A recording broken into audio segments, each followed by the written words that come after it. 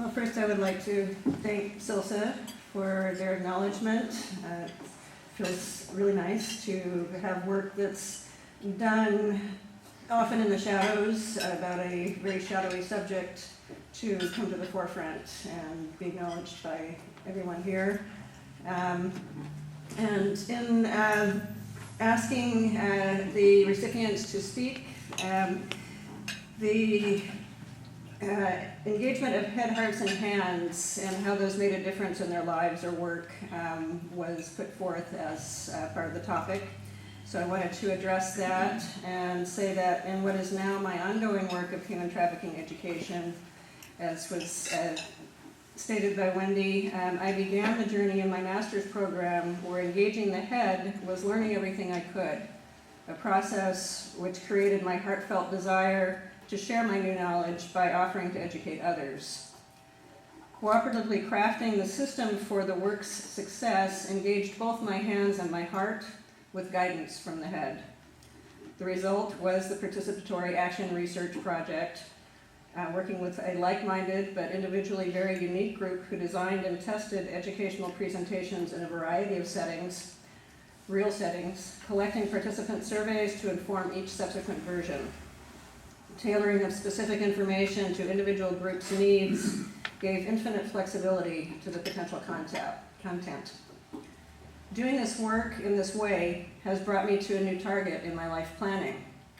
A friend who knows reminded me of my stage at the beginning of the St. Mary's College Social Justice Leadership Masters. Then I could never have foreseen where I now find myself. That is, with a strong, consistently pursued employment of following what is happening in the field of human trafficking and working new information into subsequent educational presentations, with a consequential accumulation of electronic documents and data making up the raw materials for a human trafficking reference library. And since educating about human trafficking is my work and tailoring it to each group's needs, I want to take just a couple of minutes and present a little bit of information to this group tonight, and I think that you may be a bit surprised.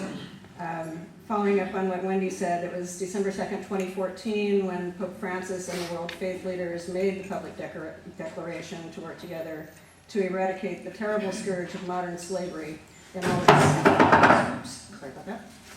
And this is a photo that was taken at that time with those leaders, and I have flyers of this for people who are interested in looking things up further and asking questions and so forth.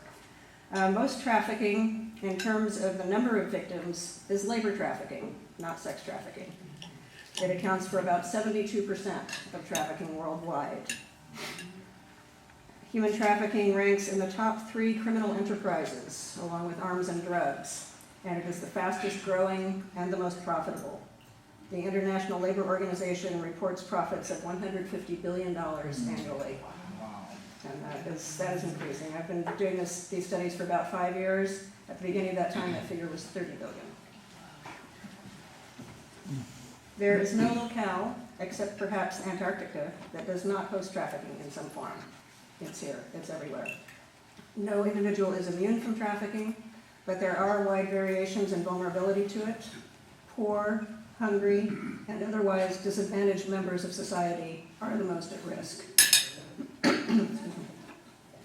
The Bay Area is home to 40% of sex trafficking in the U.S. My God. Most victims who are in forced labor are in that situation for an average of 18 months. About 45% of victims know their traffickers personally. So this is not necessarily a stranger situation. And everyone here can make some choices that will have a positive impact. If you go to a website called slaveryfootprint.org, you can learn how many slaves contribute to your daily lifestyle and how you can change that. I really would like to have the campus open up to discussions of this situation, to find out where trafficking is happening around us, what it looks like. And so I invite you and all those that you can reach out to let's get together and follow the Pope's lead and do something about this.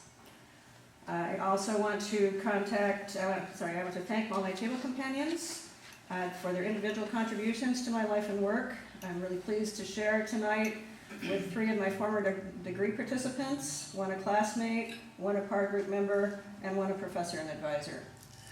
I'm so happy to include them all tonight.